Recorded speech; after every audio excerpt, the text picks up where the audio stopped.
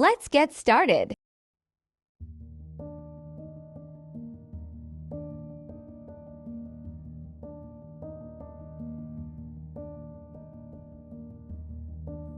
Talking Drone, Episode 2.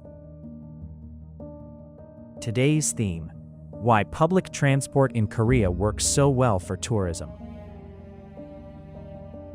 Hello, this is Hoshino Filmworks. In the previous episode of Talking Drone, I spoke about the structure of Korean cities themselves.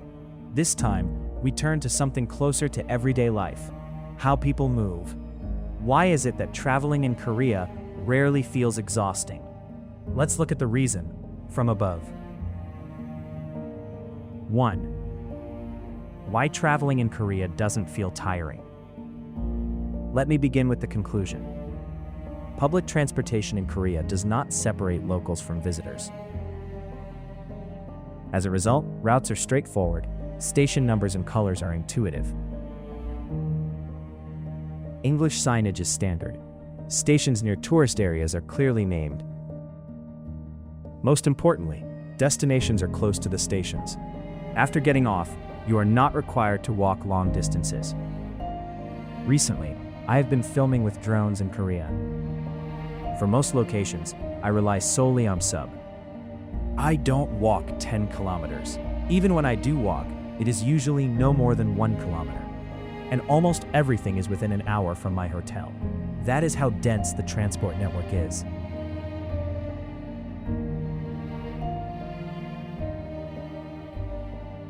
Two, why buses are not difficult. Korean buses are easy to use, even for visitors. The reason is remarkably simple. There is just one type of IC card. With a single card, both subways and buses can be used. The boarding process is almost the same as in Japan. At first glance, the number of routes may seem overwhelming, but there is no need to memorize them. With a smartphone, that concern disappears. In Korea, people use an app called Naver Map. Enter your destination, and the optimal route appears. It updates in real time. You can see where the bus is now, and how many minutes remain.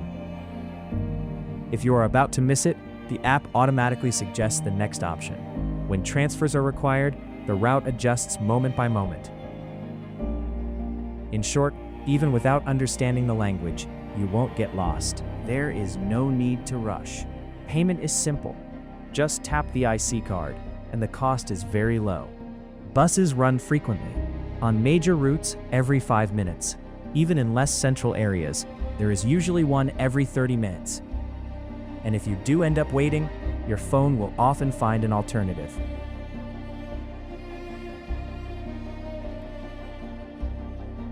Number 3. What becomes clear from the sky? Seen from above, the city tells a clear story. Transportation is like a circulatory system. Buses are the vessels. They spread across the city. They continue moving, even at night. The flow of people does not stop.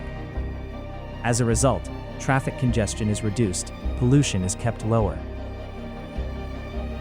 Because so many people use the system, fares do not need to rise. This is a city where transportation truly functions. 4.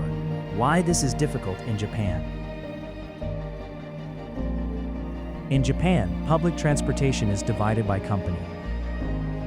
Payment systems and data are not unified.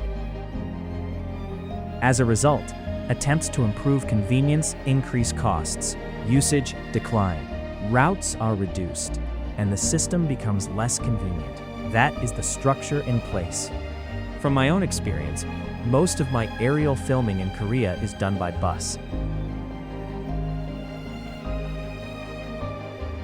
It is comfortable, affordable, and highly efficient. That is something I only fully understood by using it myself. 5. A question for you. How did this feel to you?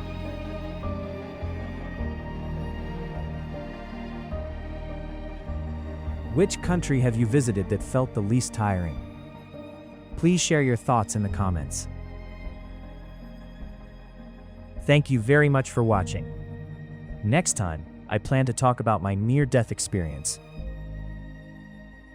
It may take a little time.